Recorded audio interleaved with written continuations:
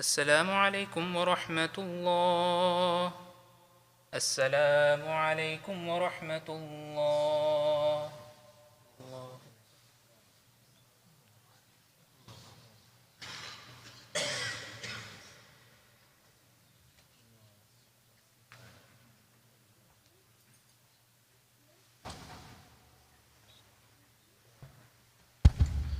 Assalamu alaikum wa rahmatullahi wa barakatuh. Inshallah ta'ala, we will be continuing our halaqah on Islam and critical thinking after Sunnah prayers, inshallah. So I welcome everyone to join us. Jazakumullah khairan.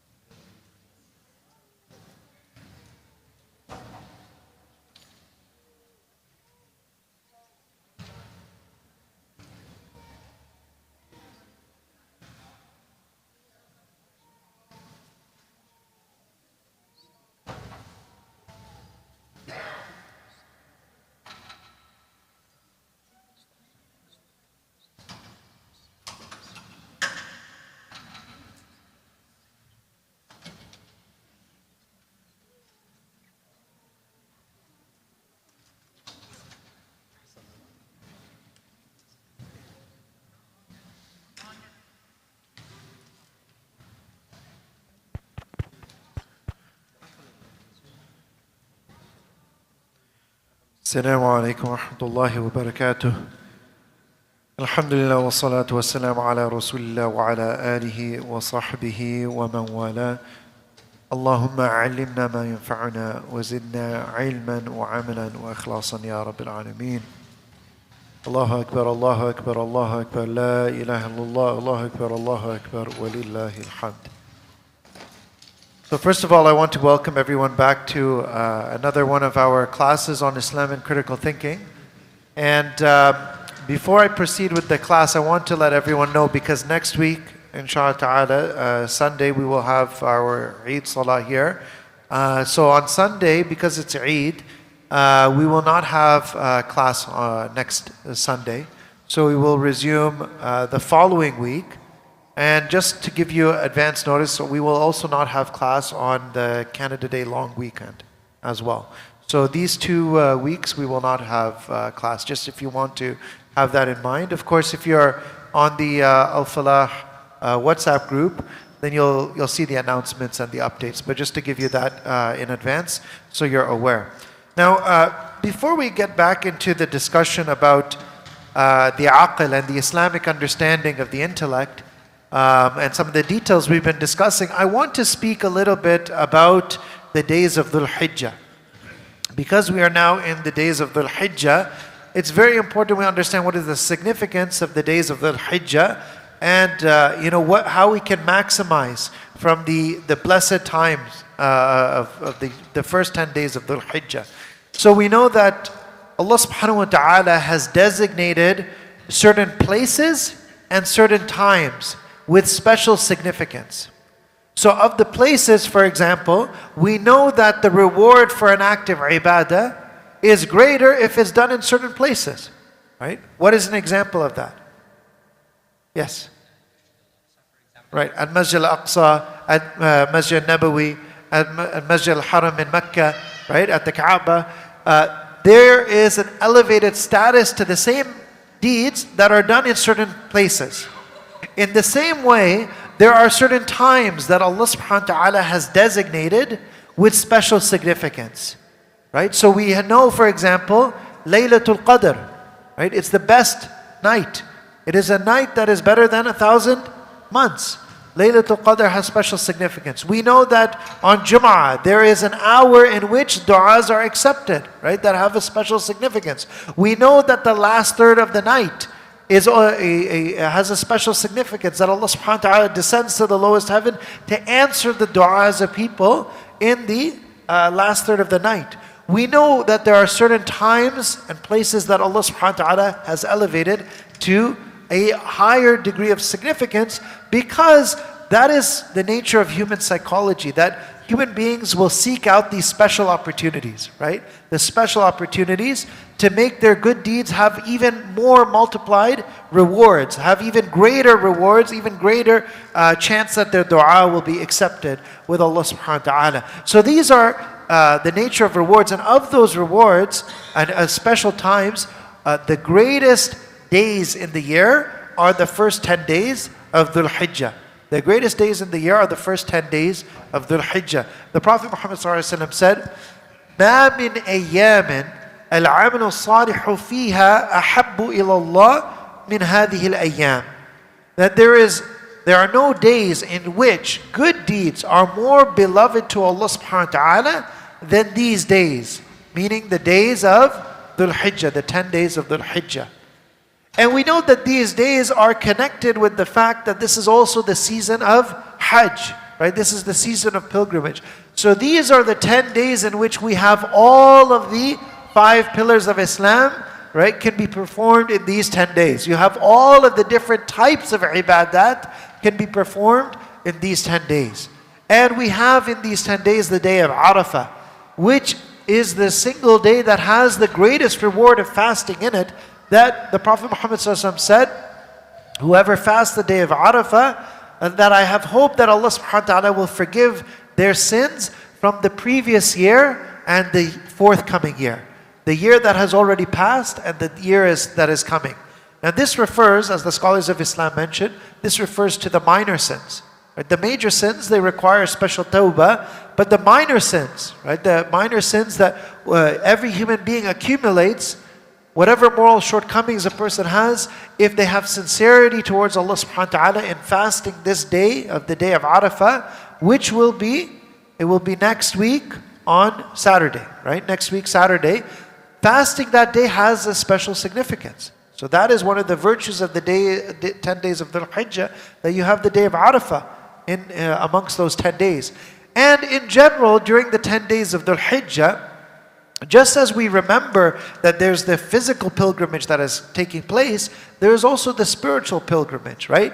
Just as people physically go to the Kaaba and they make their tawaf around the Kaaba and they perform the rites of Hajj, in the same way, this is a reminder to us that our hearts should undertake a spiritual pilgrimage back to Allah subhanahu wa ta'ala. And our hearts should revolve around whatever Allah subhanahu wa ta'ala has instructed us. Like our bodies walk around the Kaaba making tawaf, in the same way our hearts and our focus and our attention in this life should revolve around the guidance of Allah subhanahu wa ta'ala.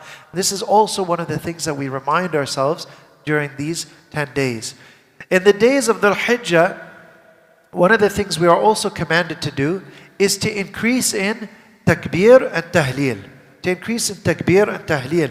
So, takbir is saying Allahu Akbar, God is the greatest. And tahleel is saying La ilaha illallah, there is none worthy of worship except Allah subhanahu wa ta'ala. And the scholars of Islam explained that making takbir and tahleel is divided into mutlaq and muqayyad. So the unqualified, absolute, unrestricted, and the type of takbir and tahleel that is restricted. What does that mean? The first category, the unrestricted, means in general, in these 10 days, at all times a person should increase in the amount of dhikr that they're doing of Allah subhanahu wa ta'ala, the amount of remembrance they're doing, saying throughout the day, as you're doing your daily chores, as you're driving to work, as you're walking outside, whatever task you're doing, start saying more often, Allahu Akbar, Allahu Akbar, and really reflect on the meaning.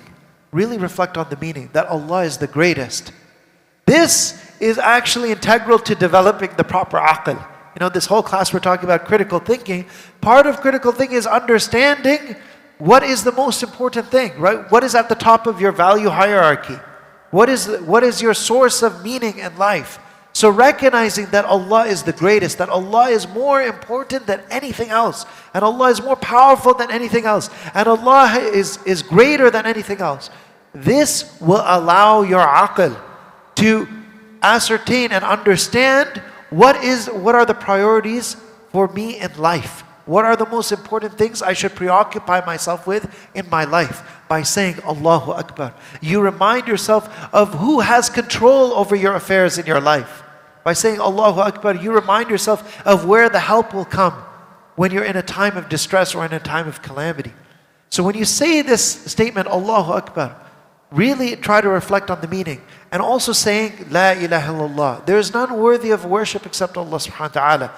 It doesn't just mean worship in a ritual sense. Worship is everything that is beloved to Allah subhanahu wa ta'ala. The utmost humility, servitude, love, adoration towards Allah subhanahu wa ta'ala. If for a person something else is more dear to them than their relationship with Allah subhanahu wa ta'ala, then they've fallen into giving their worship to other than Allah subhanahu wa ta'ala. So this is about prioritizing and recognizing what is the reason for which we have been created? What is our purpose in life? Reawakening ourselves to that as we make the takbir and the tahleel. And there is also the muqayyad takbir and tahleel. The muqayyad meaning the restricted. It is after the 5 daily prayers, beginning on the day of Arafah, after every one of the 5 daily prayers. A person recites Allahu Akbar, Allahu Akbar, Allahu Akbar, La ilaha illallah, Allahu Akbar, Allahu Akbar, walillahi alhamd. This is something that, is also one of the important sunnahs of the days of Dhul Hijjah, beginning on the day of Arafah, through the day of Eid, through the 11th and the 12th of Dhul Hijjah. These are the days in which a person should increase in the takbir muqayyad. Right? And the scholars of Islam, they differ exactly on when you start and when it ends, but this is generally, something that many of the scholars mentioned. So these are some of the things, the virtues associated with the days of Dhul Hijjah. And of course, there's also the virtues in remembering the legacy of Prophet Ibrahim alayhi salam. So part of developing our aql is to have the right role models, right? Part of developing our mind is to understand who are the examples for us to follow in our life. And Prophet Ibrahim alayhi salam, Allah subhanahu wa ta'ala elevated him as an example. Right? Allah subhanahu wa ta'ala took him as Khalilullah, the friend of Allah subhanahu wa ta'ala. And Allah subhanahu wa ta'ala elevated his example by mentioning in the Quran, إِذْ قَالَ لَهُ رَبُّهُ أَسْلِمْ. When his Lord said to him, Aslim, embrace Islam, surrender to me. قَالَ أَسْلَمْتُ لِرَبِّ الْعَالَمِينَ. He said, I have surrendered to the Lord of the universe. I have embraced Islam. I've embraced Islam, I have surrendered, I submit myself to the Lord of the universe. So Ibrahim a.s. is that beautiful example for us. And all of the rites and rituals around Hajj are commemorating different examples from the life of Prophet Ibrahim a.s. Whether you're thinking about the tawaf, right? Allah subhanahu wa ta'ala mentions in the Quran how Ibrahim a.s. when he built the Kaaba and he was making tawaf and making dua to Allah subhanahu wa ta'ala, right? رَبَّنَا تَقَبَّلْ مِنَّا إِنَّكَ أَنْتَ الْعَلِيمُ الْحَكِيمُ. Whether you're thinking about the sa'i, going between Safa and Marwa, this is a reminder to us of when Ibrahim a.s. left Hajar and Ismail in the desert, and Hajar alayhi salam's perfect tawakkul, reliance on Allah subhanahu wa ta'ala, that she's going back and forth between these mounts, trusting in Allah subhanahu wa ta'ala that Allah will bring provisions for her and her son. In the middle of the desert, look at the perfect tawakkul that she has, the perfect reliance in Allah subhanahu wa ta'ala. And the example of the sacrifice, right? The udhiyah that we give reminds us of the sacrifice. Ibrahim a.s. was prepared to sacrifice his son at the instruction of Allah subhanahu wa ta'ala, because he's prepared to give up what he loves the most, right? Prepared to give up what is most dear to him. And yet Allah subhanahu wa ta'ala replaced it with a ram that was sacrificed instead. And to remind us that Allah subhanahu wa ta'ala does not want from us human sacrifice, but Allah subhanahu wa ta'ala was testing Ibrahim a.s. to understand who is most beloved to him. That Allah subhanahu wa ta'ala's instructions to him are more dear to him than anything else, right? More dear to him than anything else. And this is about prioritizing our relationship with Allah subhanahu wa ta'ala. So these are some of the lessons that we take related to the days of the Hijjah and things that we should remind ourselves about. Are there any questions related to, questions related to what we've mentioned about the virtues of the days of Dhul Hijjah? No, everything is clear? Yes. Right.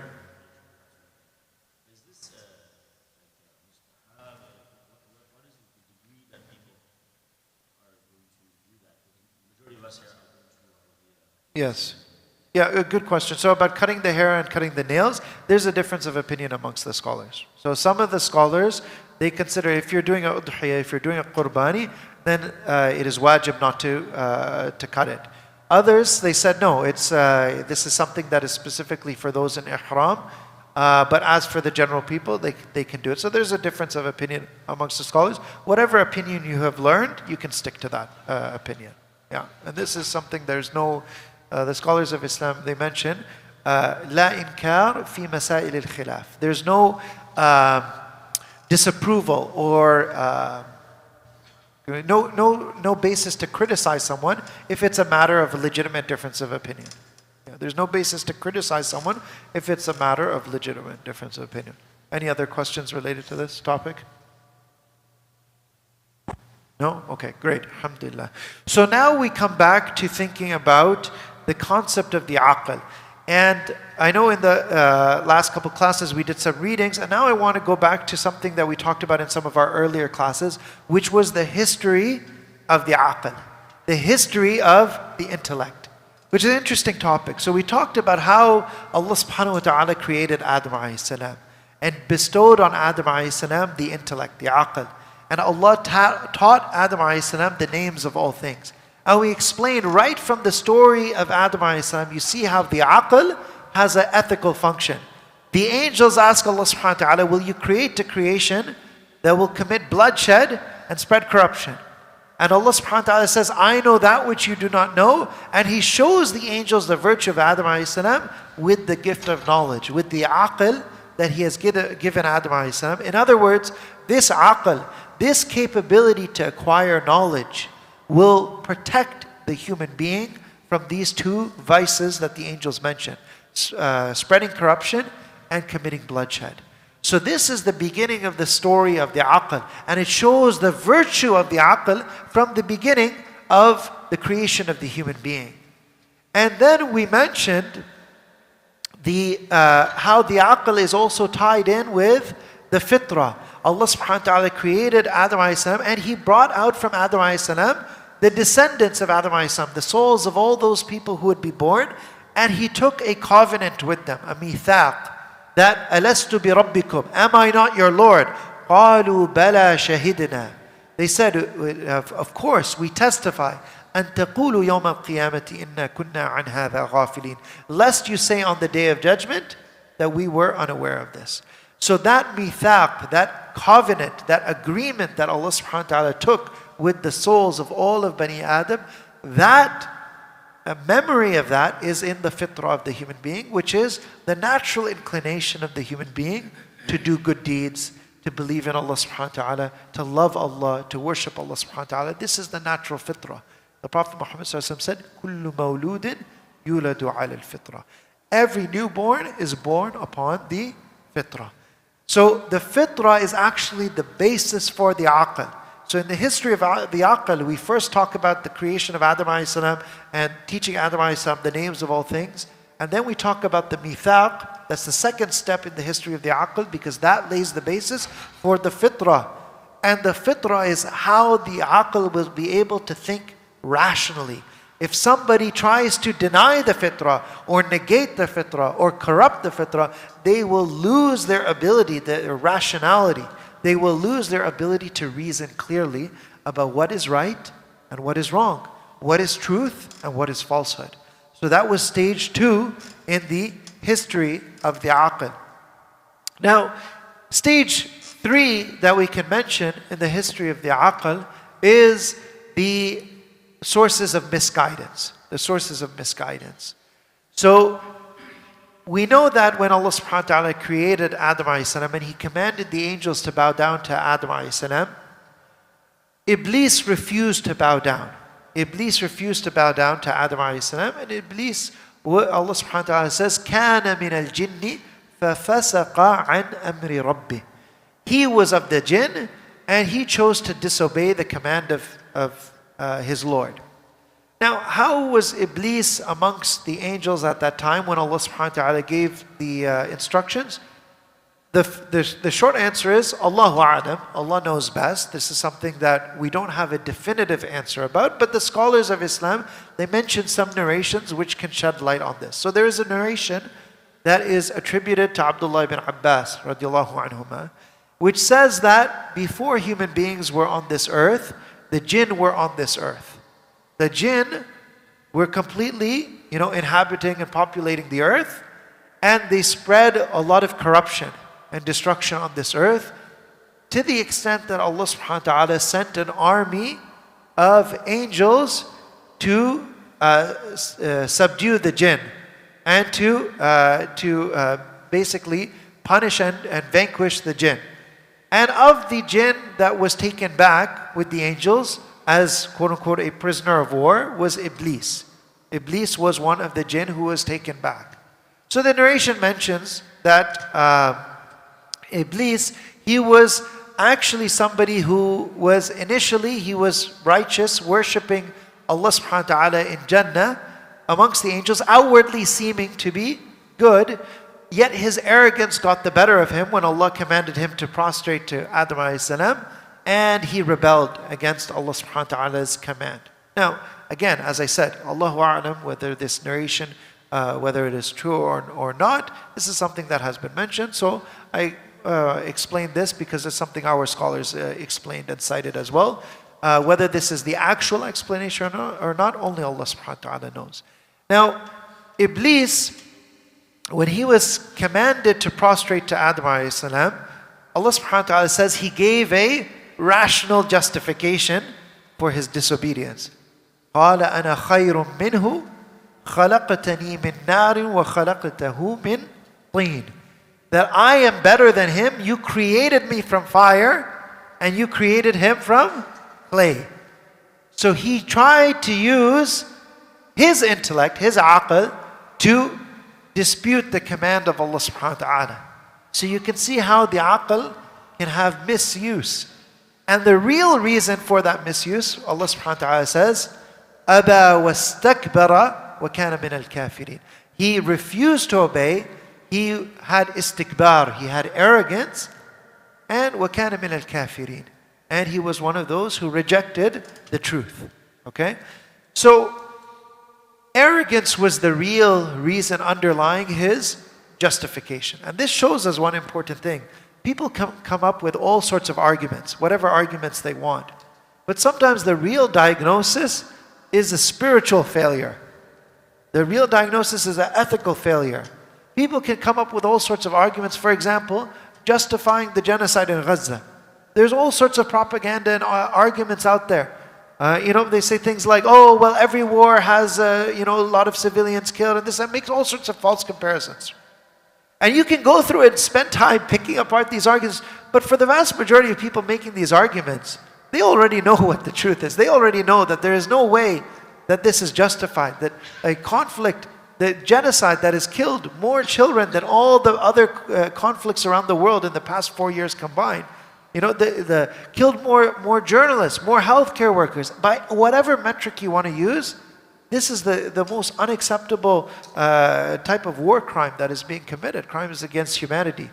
So people understand what the reality is, but they will use arguments to support their own nafs, to support their own ego, to support their own interests. And that's one of the things that we see in the example of Iblis. Iblis knows that what Allah subhanahu wa ta'ala is commanding at the end of the day is سَمِعْنَا وَأَطَعْنَا. You obey Allah subhanahu wa ta'ala's command. But his arrogance got the better of him. So, in fact, some of the scholars of Islam, they actually try to break down and analyze what is the argument that he's making. He's saying, I'm created from fire, he is created from clay. That which is created from a better substance should not be, or that which is created from something that is better is superior to that which is created from something that is a lesser substance. Fire is better than clay. And I'm created from fire. So since I'm created from fire and Adam is created from clay, I am better than Adam. And what is better should not bow down to what is lesser. So look at all the chain of assumptions that he made. And actually every single one of them is false. Who said that fire is better than clay? Who said that fire is better than clay? Who said that that which is created from a more noble substance is automatically better than one created from a lesser substance? Right? The human being, Allah subhanahu wa ta'ala always reminds us in the Quran, the human being is created from nutfa. Right? The human being is created from a substance that is impure. Right? But that does not define the human being as in terms of their nobility. They are defined by their actions. Right? So the human being can be elevated to the level of look at the level of the prophets. The prophets are at a rank even higher than the angels. Right? Even though the angels are created from light. So again, Iblis was wrong about this as well. Right?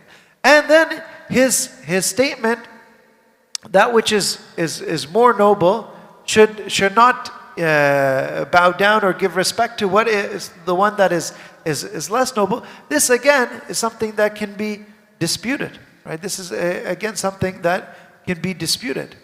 So the prostration that Allah subhanahu wa ta'ala commanded the angels to do, this is a prostration of respect. But it is obedience and worship to Allah subhanahu wa ta'ala, and it is respect for Adam alayhi salam. So there's no reason why, even if a creation was better than Adam alayhi salam, there's no reason why it should not be subject to this rule, to prostrate to Adam alayhi salam. So on every single one of his assumptions, you can see that there's a problem with it. But this is part of how he used the aql, or we would say misused the aql, to justify disobeying Allah subhanahu wa ta'ala. And then he also said, when Allah subhanahu wa ta'ala said, Allah subhanahu wa ta'ala asked Iblis, why did you do this? He said, أَنَا خَيْرٌ مِّنْهُ خَلَقْتَنِي مِنْ نَارٍ وَخَلَقْتَهُ مِنْ طِينٍ.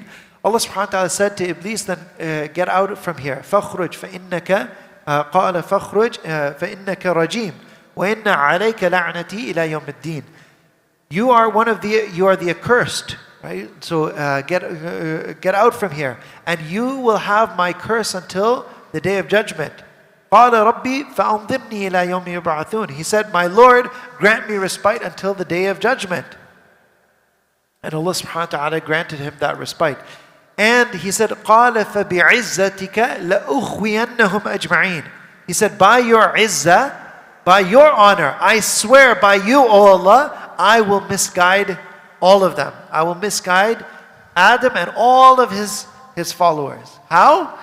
So he says in another verse in Surah Al-A'raf, I will come from them, from in front of them and from behind them, and from their right and from their left. I will come at them from all these different directions to try to beautify for them what is evil and try to mislead them from the straight path.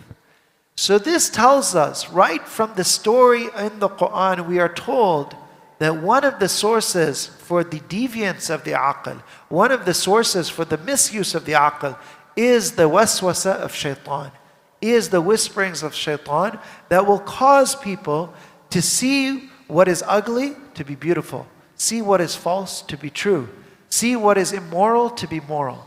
This is from the waswasa of shaitan. And the Prophet Muhammad ﷺ told us that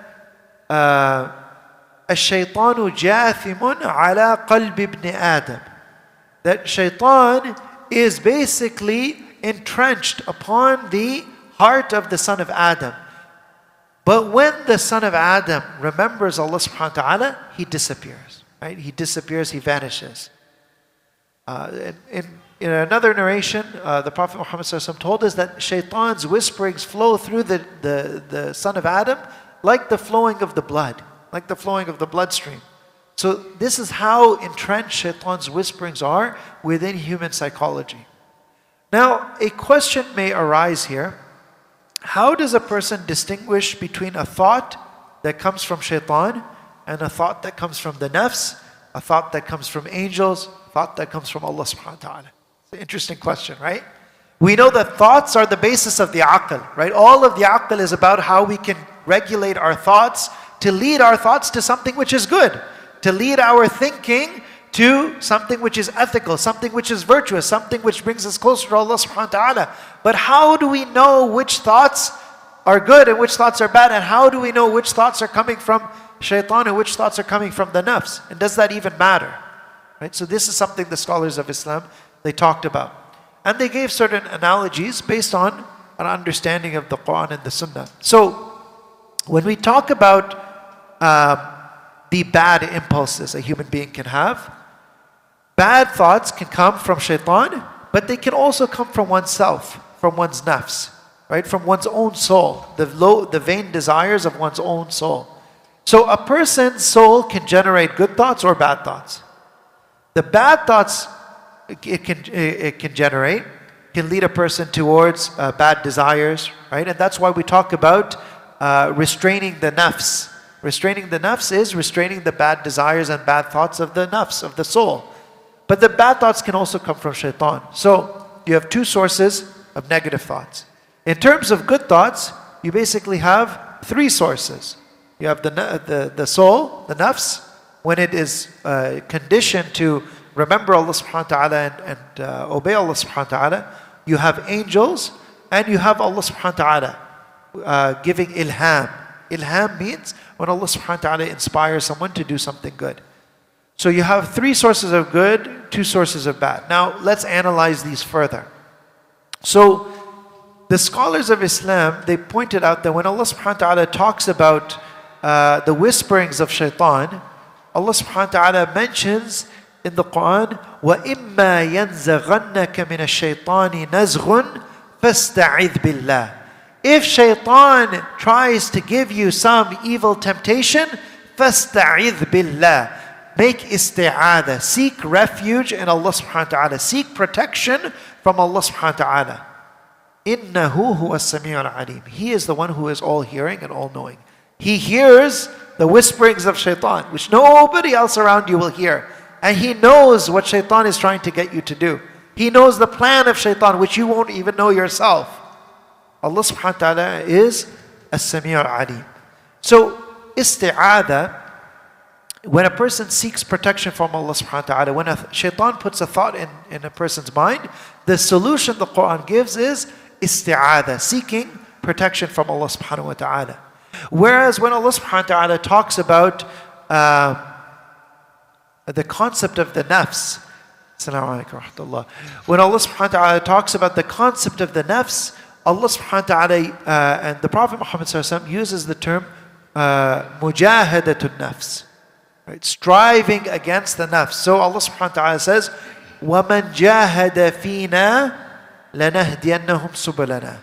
Whoever strives in our way, we will guide him to, whoever strives for our sake, we will guide him to our paths.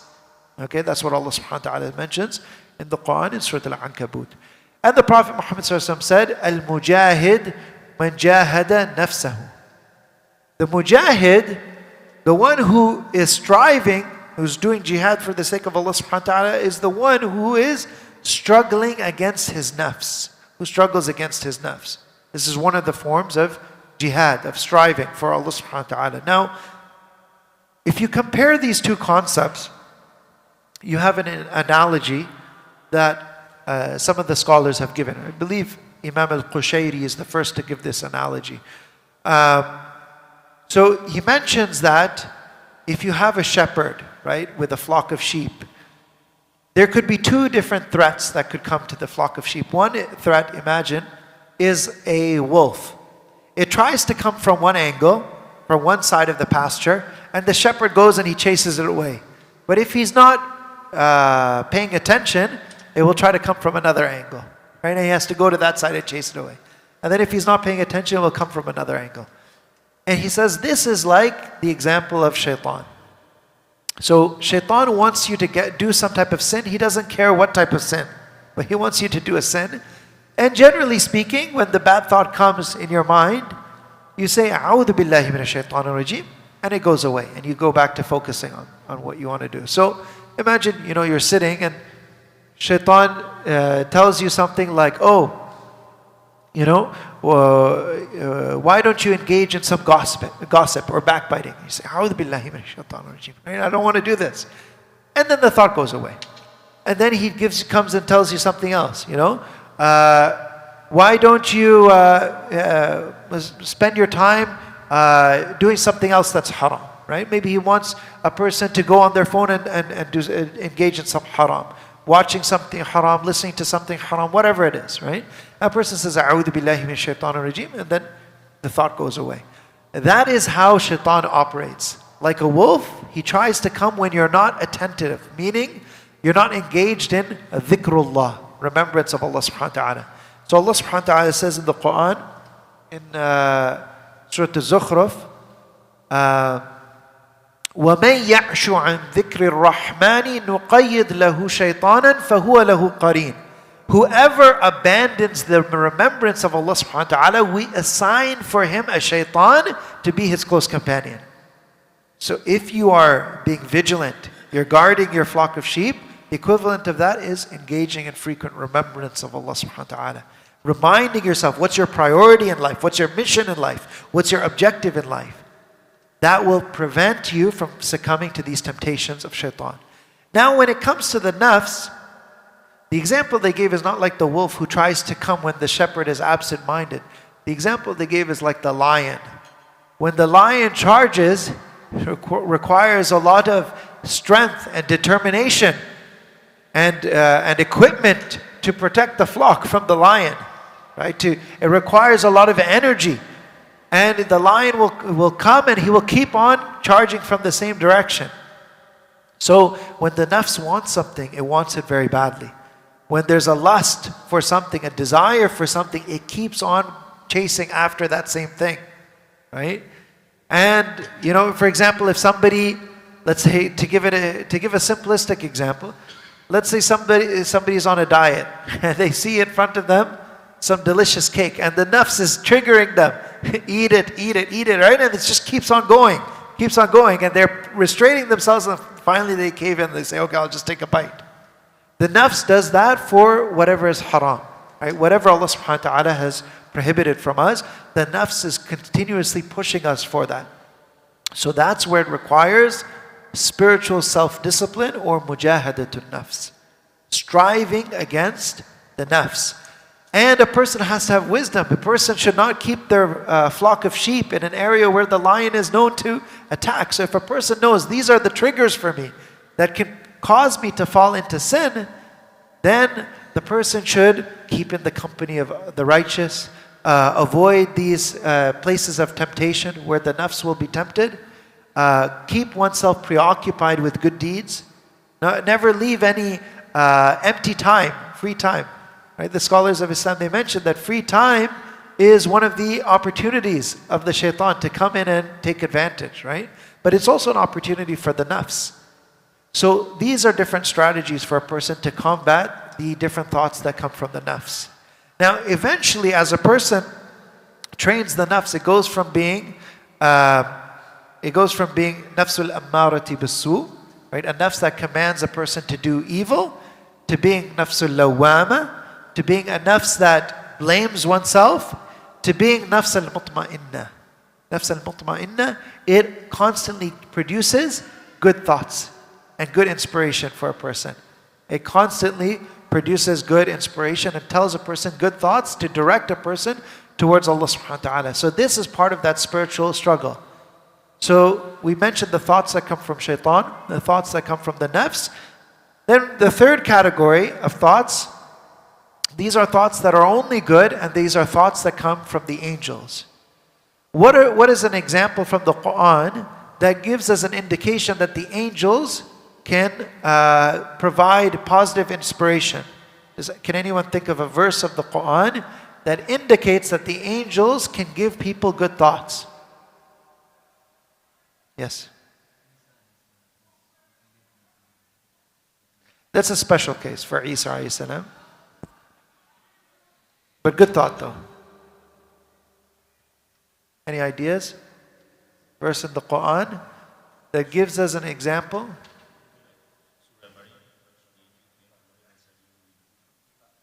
So again, similar to this, it's like a special case. But for anyone, that angels can give good thoughts. I'll give you a hint. It's in Surah Fussilat. Surah Fussilat. See who can think of it. No? Okay. So the answer is, when Allah subhanahu wa ta'ala says that, إِنَّ الَّذِينَ قَالُوا رَبُّنَا اللَّهُ ثُمَّ اسْتَقَامُوا, verily those who say, our Lord is Allah, and then they remain firm. تَتَنَزَّلُ عَلَيْهِمُ الْمَلَائِكَةِ, the angels descend upon them, saying to them, أَلَّا تَخَافُوا وَلَا تَحْزَنُوا, do not fear and do not have any sadness. وَأَبْشِرُوا بِالْجَنَّةِ الَّتِي كُنْتُمْ تُوعَدُونَ, and have glad tidings of the paradise that you were promised. نَحْنُ أَوْلِيَاؤُكُمْ فِي الْحَيَاةِ الدُّنْيَا وَفِي الْآخِرَةِ, we are your supporters in this life and in the hereafter. Right? So when they say we are your supporters in this life, scholars of tafsir mention that this is a reference to the fact that the angels support the believers in also giving them encouragement to do good deeds, being a source of positive thoughts. نَحْنُ أَوْلِيَاؤُكُمْ فِي الْحَيَاةِ الدُّنْيَا وَفِي الْآخِرَةِ. Right? So this is one of the examples. So the thought that comes from the angels, that can be a good thought. It's a thought that is like the converse, the exact opposite of how shaitan comes and plants some random negative idea. The angels come and they plant some random positive idea in a believer's mind. So a person is sitting and they think suddenly, you know what, this is Dhul Hijjah, I should give sadaqah. All of the deeds are multiplied in Dhul Hijjah, why don't I give sadaqah? Maybe today I'll give sadaqah. Thought came out of nowhere. They weren't contemplating and thinking step by step, okay, it's Dhul Hijjah, what can I do? Let me brainstorm. All of a sudden, out of nowhere, the thought just comes, right? This type of thing, this could be from the angels. And what is the benefit of recognizing that? Person should try to seize that opportunity and act upon that and take advantage of this good deed that comes. There's a statement that's attributed to Ali ibn Abi Talib radiallahu anh. It says that opportunities are like the clouds, basically. Opportunities are like the clouds. They pass by very quickly. So Allah subhanahu wa ta'ala gives you an opportunity, and that window of opportunity may be for a short duration of time. Maybe if you don't pay attention to it, you start thinking about something else, the thought leaves, and then the opportunity for that good deed leaves. So even to just take that thought and to transform it from a fleeting thought, and I'll explain the levels of thoughts, and transform it into an actual intention to do good, that is something a person will be rewarded for. Even if a person doesn't do the actual good deed, but to take it from an idea and say, no, inshallah, I'm going to do this, to intend it, a person is rewarded. Once a person actually does the good deed, then they receive multiple rewards. It can be 10 rewards all the way up to 700 rewards, right? Depending on the sincerity and the conviction with which they do it. So those are thoughts that come from the angels. And then the scholars of Islam, they mention the thoughts that come from Allah subhanahu wa ta'ala. Allah subhanahu wa ta'ala talks about ilham, right? The concept of ilham, that a believer can be inspired with a good idea that comes from Allah subhanahu wa ta'ala. And it is like the fajr, the daybreak. When you look at the nighttime, and then it's getting close to the time of fajr, the light increases and increases and increases, and it just continues to get brighter. And this is the way ilham works in the heart of the believer. A person gets a good idea, and the more they think about it, the more they reflect upon it, the more it becomes clear to them. It brings a lot of clarity to them, and it illuminates their choices in life. They understand, yes, I really believe that Allah subhanahu wa ta'ala is illuminating for me this path, that this is what Allah subhanahu wa ta'ala wants me to do, this righteous deed. Of course, ilham will always lead to something that is good, according to the Sharia, according to the Quran and Sunnah, the rules of the Quran and Sunnah. But this is how ilham works. It's an inspiration from Allah subhanahu wa ta'ala that leads a person to what is good and continues to increase in clarity in a person's mind. Now, does anyone have questions about the 4 sources of thoughts before we talk about the 5 levels of thoughts? Yes? Like, for example, you mentioned a couple of good thoughts. So, like let's say I'm getting good thoughts, but I'm not necessarily acting upon them. Yeah. Would that, like, ignorance of those thoughts lead to those thoughts becoming less and less? Yes, exactly. Excellent question. So, we know the Prophet Muhammad ﷺ talked about the heart having, anytime a person does a sin, for example, it tarnishes the heart, right? It causes a dark spot to appear on the heart. The more sins a person does, the more the heart is tarnished. The Quran speaks about hearts becoming hardened. Hearts become hardened when they ignore the remembrance of Allah subhanahu wa ta'ala, when they ignore the reminders from Allah subhanahu wa ta'ala.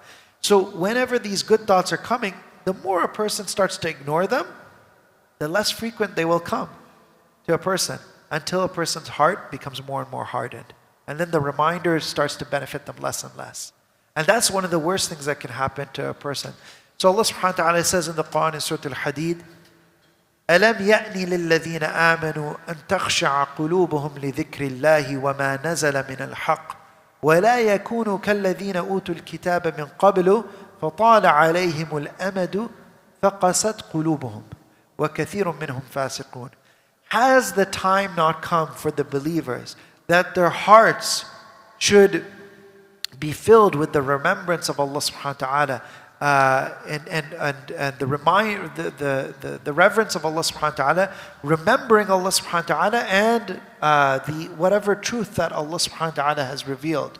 And to not be like the disbelievers who they allowed a long period of time to come without remembering Allah subhanahu wa ta'ala, so their hearts became hardened, and many of them were rebellious and sinful. So sin causes the hearts to harden, and a prolonged period of time disconnected from Allah subhanahu wa ta'ala also allows the heart to become hardened. So when a person spends a long period of time where they're not engaged in any remembrance of Allah subhanahu wa ta'ala, a long period of time when they don't, think about reciting the Quran, listening to Islamic lectures, being in the company of those who are righteous, who remind them of Allah subhanahu wa ta'ala, visiting the masjid, doing good deeds with the intention to please Allah subhanahu wa ta'ala. When a person spends a long period of time disconnected from Allah subhanahu wa ta'ala in this way, it has a spiritual impact. It causes the heart to become hardened. And when the heart is hardened, that has a cognitive impact as well. It has an impact on one's rationality. It impacts their aql as well. So a person's ability to see truth becomes less clear. And Ibn al-Qayyim mentions that when the heart becomes hardened, the truth is no longer seen as truth and the falsehood is no longer seen as falsehood. So a person's awareness, their cognitive faculty actually becomes distorted as a result of this thought process being so detached from the remembrance of Allah subhanahu wa ta'ala. Does that answer your question? Yes.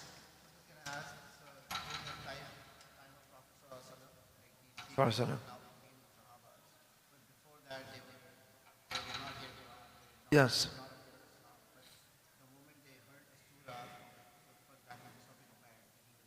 Yes.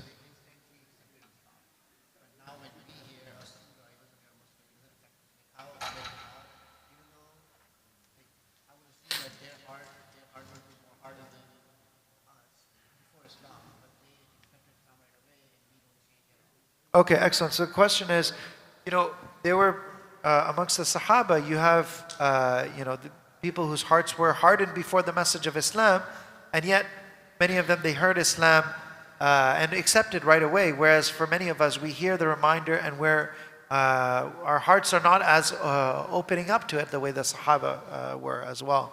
So there's a few things I want to say. The first is that the Sahaba, not all of the Sahaba accepted Islam immediately as well. That's one of the things that we have to realize. That the scholars of Islam talked about how you have the iman of people like Abu Bakr radiallahu anhu and Khadija radiallahu anha who accepted Islam immediately. They're the first to accept Islam. You have people who participated in the Battle of Badr. And then you have people who accepted Islam late, after the conquest of Mecca. And the iman of the people who accepted Islam after the conquest of Mecca is not like the iman of the Badriyun, the people who participated in Badr, or the early converts to Islam. So even amongst the Sahaba in their time, people were at different levels. Okay? And even before Hidayah, just because they had not yet received Hidayah does not necessarily mean that their heart was hardened, because everyone has the fitrah. And people may build on that fitrah by trying to live their life as best as they can according to ethical principles, seeking the truth, seeking justice, reflecting on themselves, doing muhasabatun nafs, seeking Allah subhanahu wa ta'ala. All of these things, they create within a person a capacity to recognize the truth as soon as they see it. So some people who have that spiritual level, as soon as they see the truth, they recognize it right away. Whereas others, it's not necessarily at the same level. Now, it could be the case that somebody's heart really is very hardened, but it's never too late for a person. A person still has the opportunity to make sincere tawbah, to recognize the condition of their heart, and to really transform their heart. Even if a person's heart is very hardened, they still have the opportunity when they receive their message to, of course, there's less likelihood the message will have an impact, but there's still the opportunity for them to transform their heart in that very moment. Now for us today, of course, our iman is not like the iman of the Sahaba, but we have many opportunities, right? And part of the reason why we have many opportunities, we also have many challenges. Part of the reason why the reminders don't impact us the same way as when the Quran was recited amongst the Sahaba. First of all, we lack some of the basic understanding that the Sahaba had. There's a narration mentioned by some of the companions that we learned Iman before we learned the Quran. And then when we learned the Quran, it increased us in Iman. What that means is they understood some of the realities of Iman, what Iman means. They understood what Jahiliyyah society was like, and they understood what Iman was calling them towards. And they understood, therefore, the implications of this iman. And so, therefore, when they received the message of the Quran, they understood exactly what this message of Islam is calling me towards. You know, one of the examples you can think of is when you just say the statement, La ilaha illallah. Even amongst the Quraysh who were opposed to Islam, they knew how powerful this statement was. They knew it would completely change their society. And that's why they were resisting it.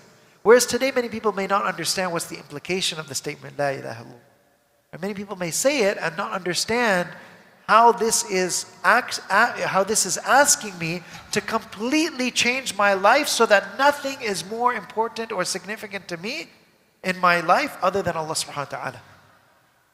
You understand the transformative impact of these statements. Part of it is a language issue, right? So today, maybe 15% of the ummah speaks Arabic. And even amongst that percentage, many will not understand the Quranic Arabic, or will not understand the hadith of the Prophet Muhammad sallallahu alaihi wasallam. So part of it is also we've not only become disconnected from the realities of Iman, but even the language of the Quran, the language of the reminders. So that is another thing to revive as well amongst us. Does that kind of answer the question?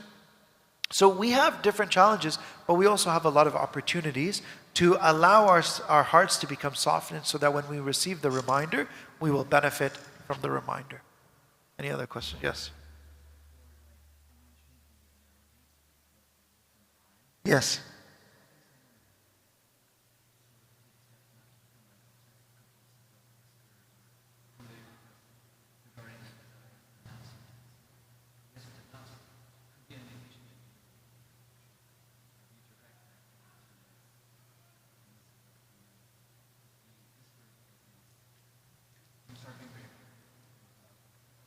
Yeah, excellent. So the question is about the whispers being compulsive. How does a person deal with that?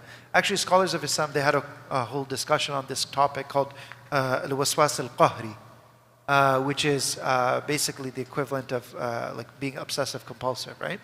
I don't want to say obsessive compulsive disorder because that's a clinical diagnosis.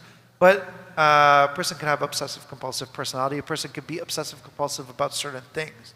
And so they gave the example of people who, when they start praying, they keep having these obsessive compulsive thoughts about whether they actually have wudu or not, or whether they broke their wudu. And it can be really debilitating for a person. So they had different advice for the person, but they also had certain practical legal rulings in fiqh. So for example, the ruling that al-yaqeen la yazulu bil-shak, that certainty is not overtaken by doubt. So you're certain that you did your wudu, you're doubtful whether you broke it, just go with what you're certain with and just totally ignore the doubt, right? So there's certain things like this that allow a person to avoid their whisperings getting to obsessive level.